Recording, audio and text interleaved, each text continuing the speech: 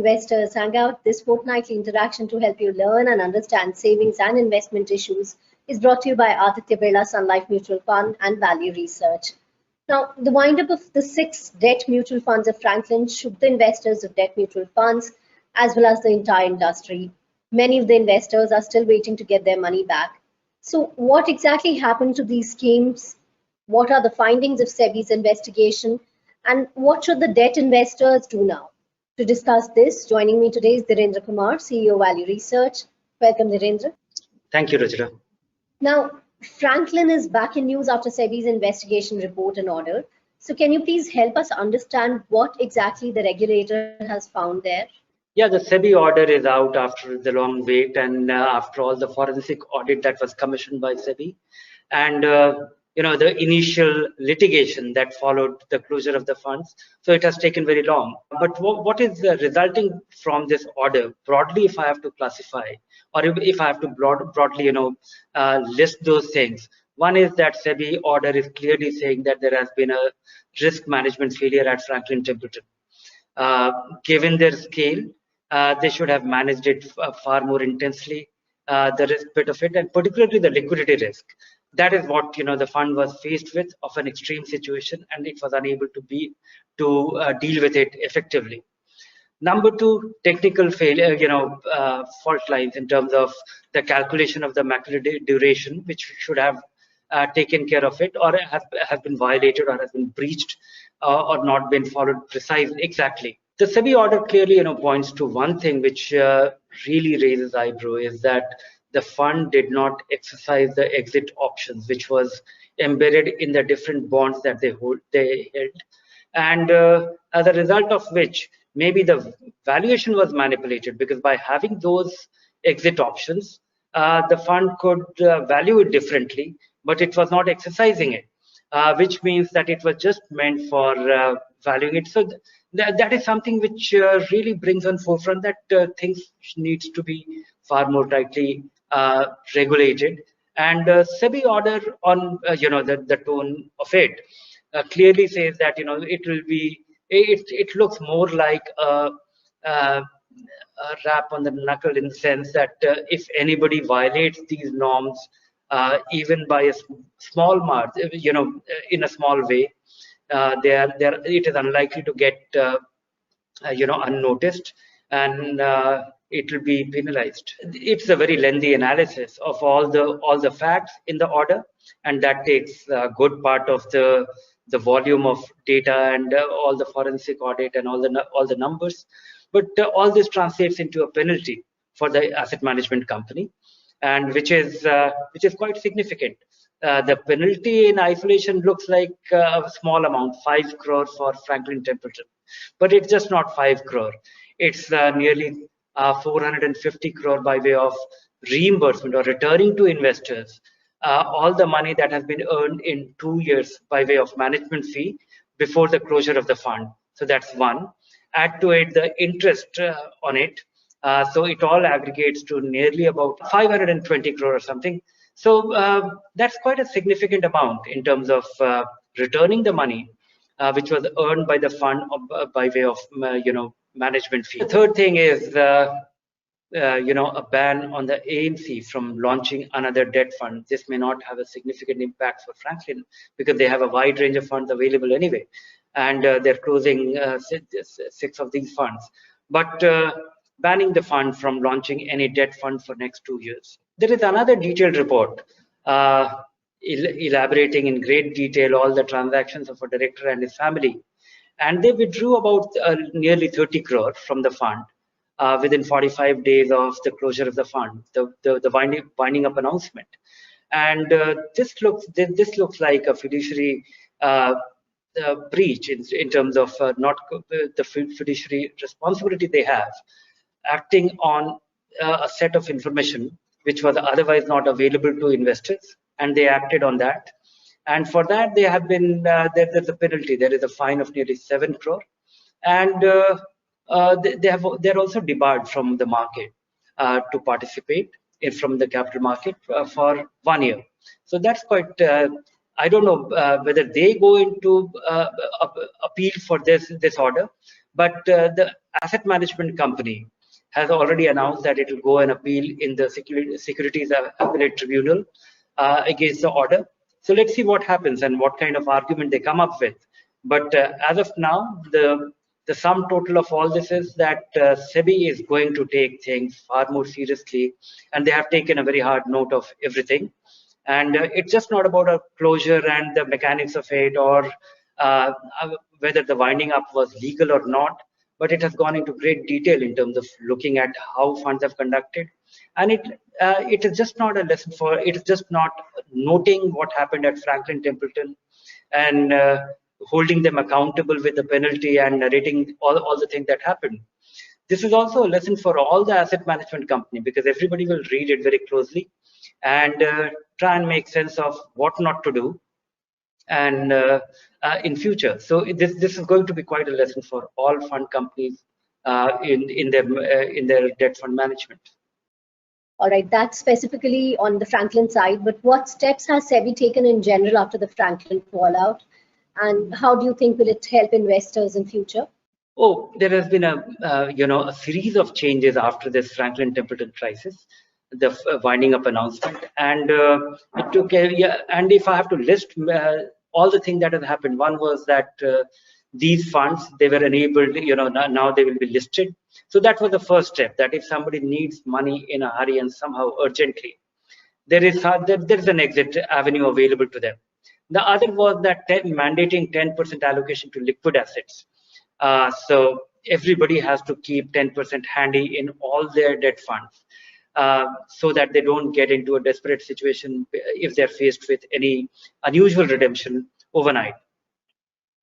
Then came, the fortnightly disclosure of the portfolio. So the SEBI, our mutual fund industry, and particularly the debt fund, has been very high on transparency, on disclosure, and now it has been made more frequent because now fortnightly disclosure will make sure that investors are very much in the know what they are getting into, or the changing complexion of a fund.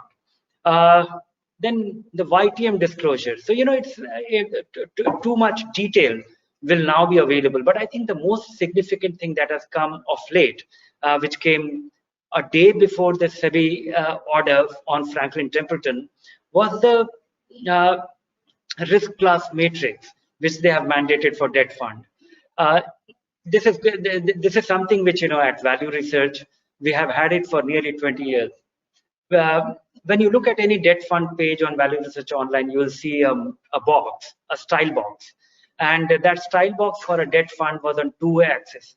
We have historically looked at funds based on two matrix, which is the rate sensitivity, depending on the majority of the fund. If a fund is holding 15-year security, or if a fund is holding 30-day security, its sensitivity to interest rate changes will be very different. So on one dimension, it is that, and the other is the credit quality.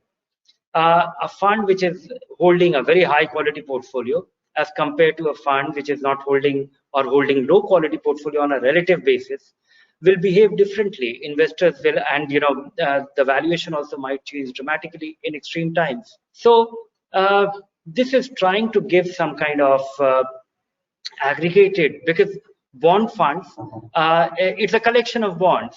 So one has to really aggregate that. So providing this, enabling this risk matrix to all mutual fund investors, and every fund company has to calculate it, disseminate it. So this is the official disclosure of their aggregate character of the fund on these two dimensions. So I think investors will be able to take a much more informed decision based on all the data enablement by SEBI of late. Coming specifically to the investors who were invested in the 6 schemes of Franklin, it's been more than a year and they still haven't got their money back in full. It's coming in tranches for them.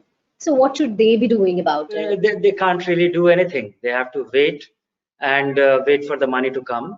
The court order has mandated that all the redemption, the realization, the liquidation of all the assets till the winding up has been entrusted to SBI Mutual Fund, and they are doing it. If we look at it, all the 6 funds, and the aggregate money given back to investors, it amounts to nearly 70%. So a good amount of money, but it's different. The percentage is different for different funds. It's not 70% in all the funds. They are not uniform. A good part of the shorter maturity funds has been realized. So in ultra short term and the short term bond fund, it's nearly over 80%, 85%. In other funds, it is less. So one is that investors don't have a choice. They have to wait for the money to come their way, and it is happening. It will happen, and it depends whether the SBI, whether the liquidation of all the assets in the fund, the market has normalized quite a bit. The fund has not faced any loss. The NAV of the fund from the time of closure to so far is higher. So investors haven't really faced a loss, but their money got stuck. And in some funds, they have got their 80-85% money. In some funds, they have got about 50-60% money. They don't have anything to do. They can't do anything as of now, but they have to wait patiently. The other is that what do you do with the money which you are getting? Depends on different individuals, because the fund where you have got 80, 85 or 90% of your money are the funds which were meant for very short-term investment. So maybe you needed the money badly, you borrowed money because you did not get it in time, and maybe liquidate your your borrowing, prepay your pay back the borrowing that you have done, or do whatever you want with your money. But if it is for the long-term investment, then you have to look at options and look at the most appropriate option given the experience that we have seen so far. And that might be different from when you invested in these funds, your orientation of investing in debt funds was different. Now all the risk cropping up, I think investors, it is a wake-up call. Investors should look at risk differently, and they should take it seriously. So far, before this incident, I think investors just thought that risk is something being talked about in terms of volatility, but it doesn't hit you. It does hit you, and one has to prepare well in advance. It is not visible on a day-to-day basis. All that is visible is return, and that is what we see and get carried away, and that is not a good idea. Now, because of this one episode, one should not, completely shy away from debt funds, and they should rather be more cautious. Can you talk about that a bit, and what precautions or steps should a debt fund investor take from here on? One has to look at Franklin Templeton episode as a bad accident, and that doesn't mean that you should stop traveling. Mutual funds or the debt funds still have a role to play in everybody's portfolio. Some of the fundamental case for the debt fund is that they remain a valid or a very meaningful vehicle to park your short-term money. Yes, one should take lesson from this and conduct oneself differently, and take all the lesson and take it to your heart, which is don't ignore risk, don't get carried by the return blindly, and if there is an extraordinary return, there has to be some compromise, because one should always be asking this very basic question, because any fixed income instrument or any investment vehicle is a combination of three things. One is that the risk, the return, and third is the liquidity. And anytime if you have return which is higher, then it has to be a compromise on the risk or the liquidity, or something has to give in for something else to be better. So you have to really ask this question all the time. If you see a great return, or if you see a great risk, or if you see a low risk, what is the compromise on? It is unlikely to be coming for free. And risk, your return you get to see every day. Everything else is not that visible. So you have to ask this difficult question and try to find an answer before you put your money, because after you put your money, many a times you can't do anything. So one is this: take risk seriously, understand risk well, and don't get carried by return only. Second is that mutual funds or the debt funds, the debt mutual fund, they still have a strong case. One is that the liquid funds or the short-term debt funds, they make a strong, they have a strong case simply because they are more tax-efficient vehicle.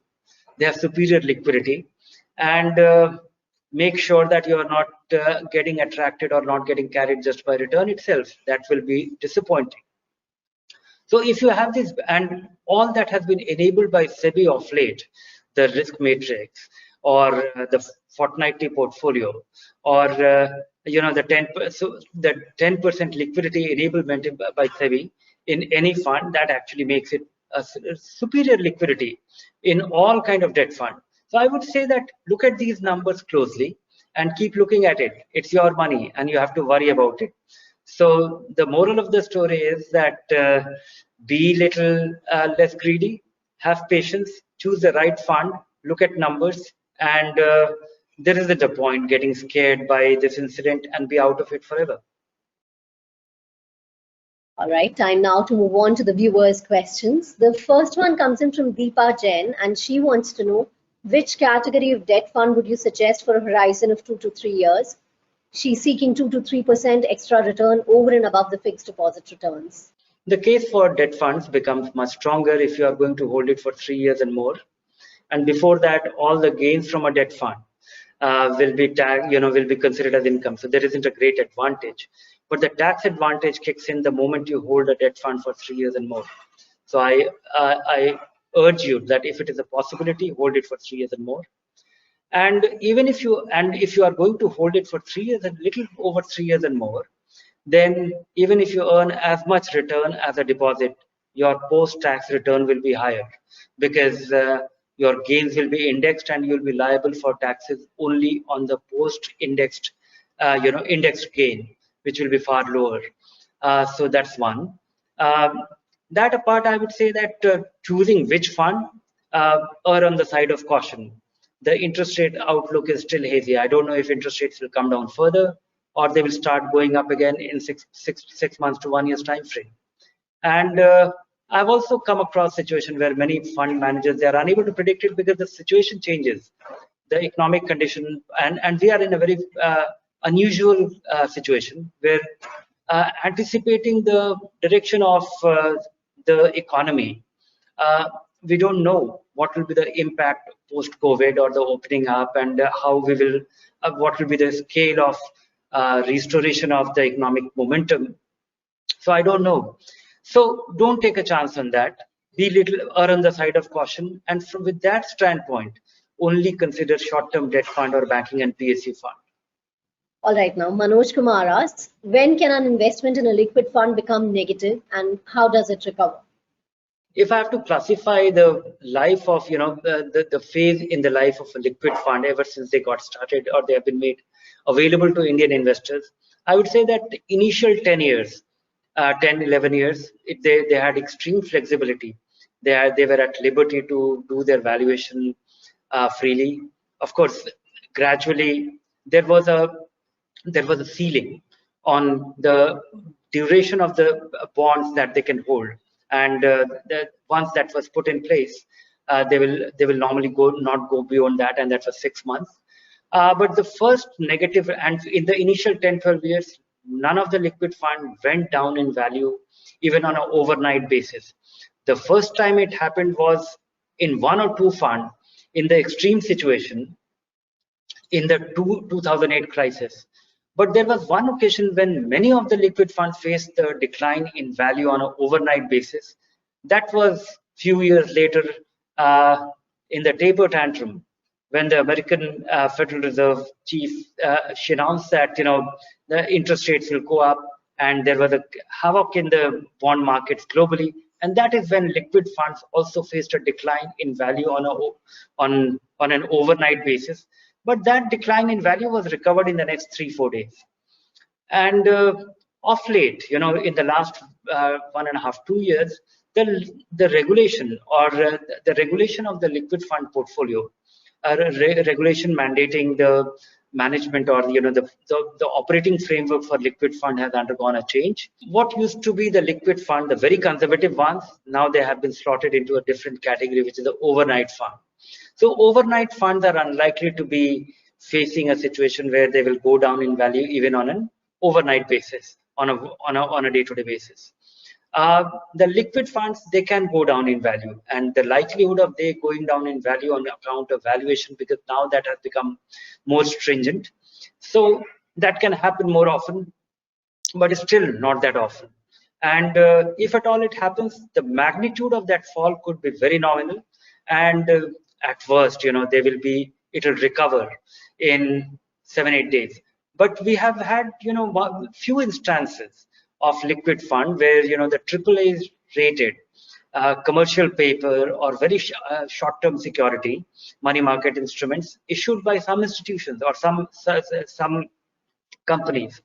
They saw, and that was particularly in the context of ILFS, where there was a top-rated commercial paper and which was held by many many liquid funds, and they saw a decline, and that was actually a write-off. They could not really recover that money. But the market-related, the mark-to-market losses of the liquid funds, one is able to recover in 4-5 days, 6 days at worst. And that some of those liquid funds, they never recovered. But that was a one-off example we have. We don't have any other example of that kind. Now, Nandini Nalkar will be turning 60 in a couple of months, and she plans to invest 15 lakh rupees each in government bonds and post office scheme. So she asks, is it advisable to invest in the monthly income scheme as the interest rates have become unpredictable and change every quarter? It has been like this for a while now.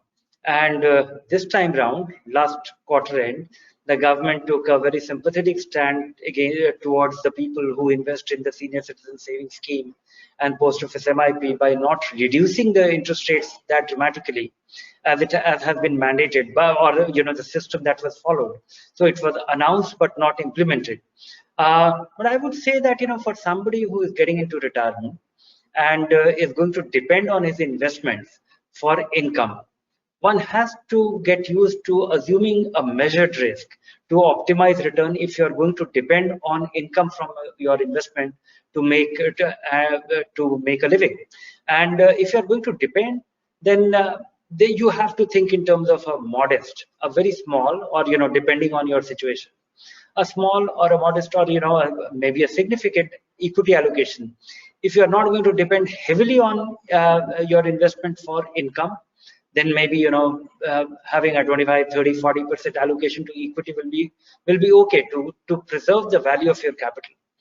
In other cases, if you want stability of return at the same time protecting the worth of your capital, then maybe 10, 15, 20% into such fund, into equity allocation through a monthly income plan, or otherwise maybe your money is lying in the public provident fund or the senior citizen savings scheme to the extent of 15 lakh, maybe 5 lakh or 3 lakh in equity funds separately. That is how you'll be creating your allocation. That will become 20%, 30% of your total money.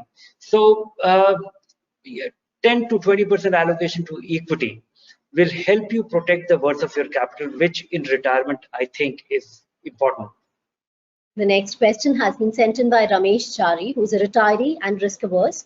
He's been fully invested in banking and PSU debt funds for about a year now, and he wants your advice on future course of action. Yeah, banking and PSU fund turn out to be, they've proven to be a relatively safer one.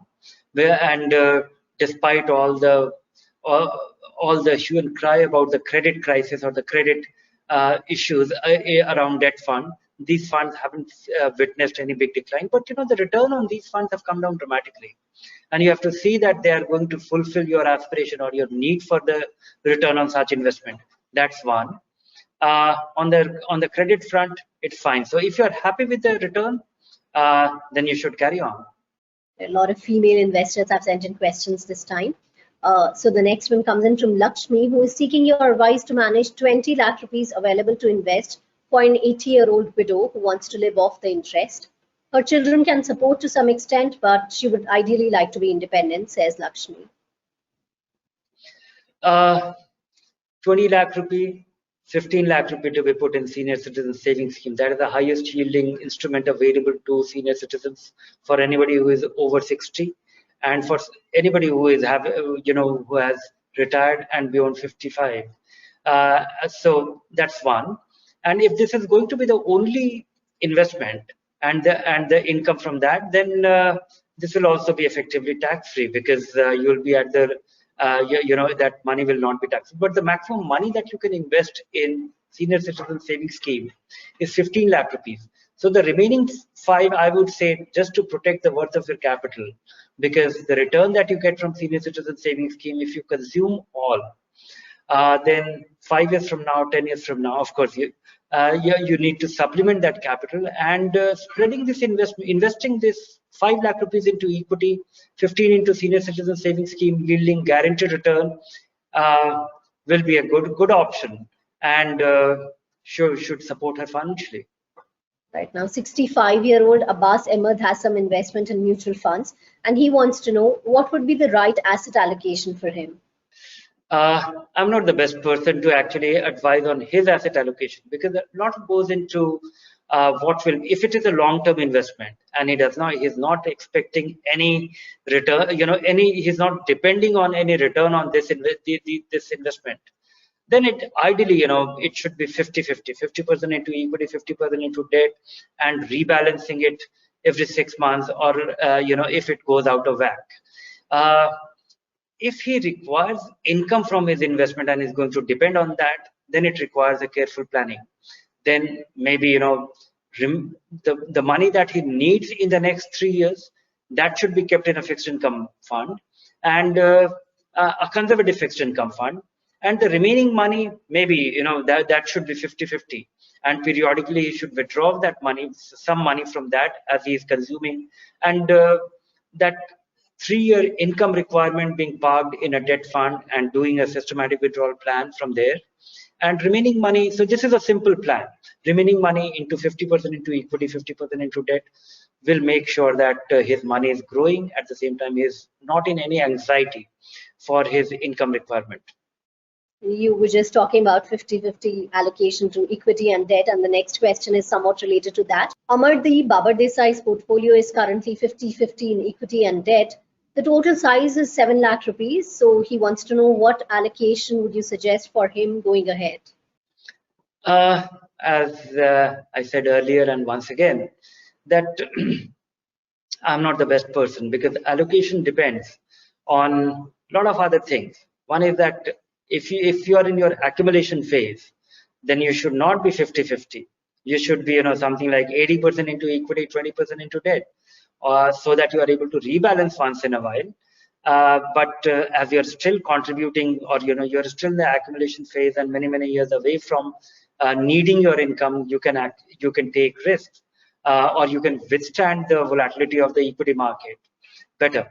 So, but if you are in retirement, maybe 50% into equity, 50% debt is fine. It will keep it simple, and it will also present an opportunity to rebalance opportunistically. So it depends. Where do you stand and how long you're going to invest, or that is the primary driver of how your allocation should be. Now, Arun Vishwanathan asks, should one continue with SIPs and small cap funds with a horizon of 7 to 8 years?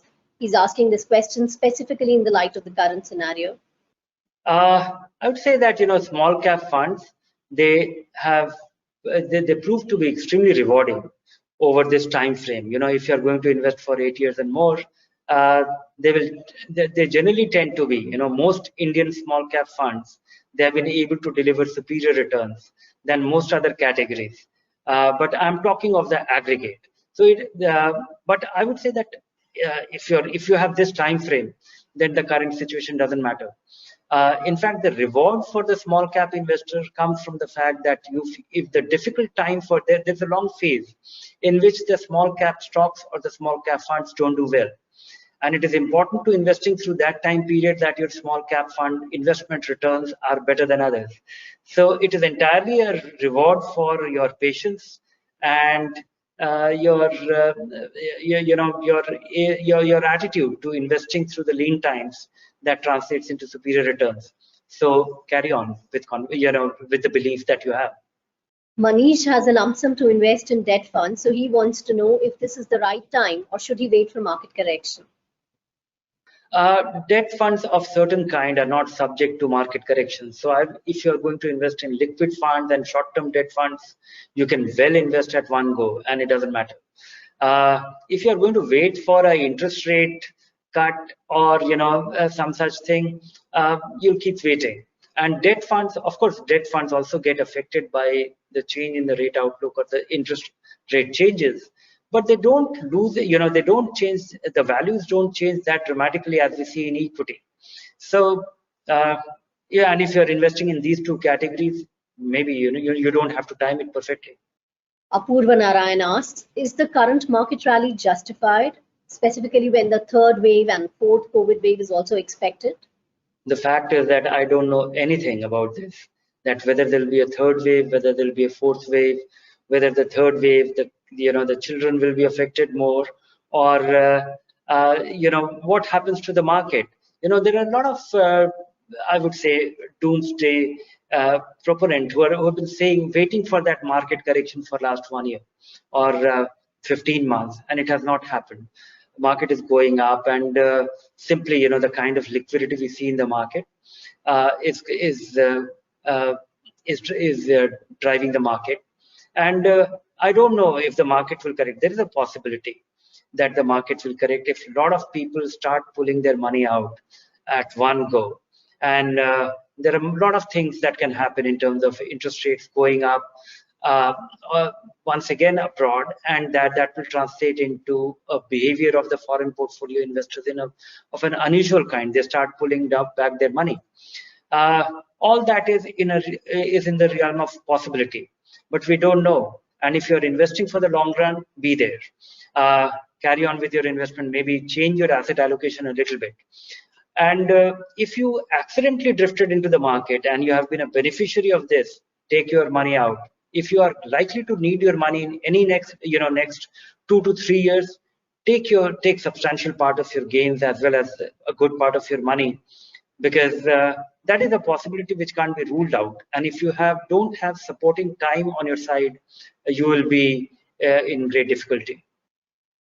Today's last question has been sent in by Santosh Bhosle, and he wants to know if it's advisable to shift all mutual fund investments from a regular to a direct plan, and how should one do it is what he asks. Yeah, basically Santosh is asking that should he be take his money out and once again start doing a SIP. You don't need to. Only when you are investing for the first time, you need to really eliminate the possibility of catching a market high, and that is why you spread your investments over a period of time, and that is why SIP is advisable, or a systematic transfer plan from a debt fund to equity fund is advisable, so that it doesn't cause anxiety. But you have already invested and you are just moving to a lower cost plan of the fund, and you have chosen that you don't need advice, and that is why you're moving your money. So you don't need to. But be conscious of two things. One is that all your investment which have been made in the last 1 year might be subject to exit load. So take a closer look at exit load. Many funds do levy that. And the other is the short-term capital gains tax. So plan your exit from the regular plans in a manner, if it's possible, in a manner that all your investment made within the last 1 year, hold that, and all investments over 1 year old, move that money to the direct plan, and you can do it at one go. Well, with that, it's a wrap on this episode. Thank you, Dhirendra. Thank you. Thank you to all our viewers. Do keep sending us your questions and keep watching this space for more information. And if you like the show, do subscribe to our YouTube channel. Stay safe. Bye for now.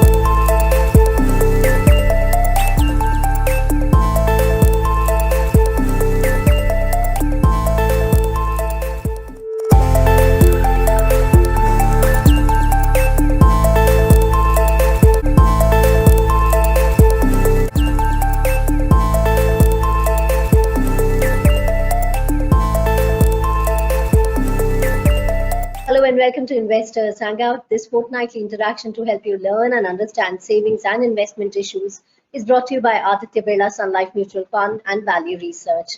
Now, the windup of the 6 debt mutual funds of Franklin shook the investors of debt mutual funds as well as the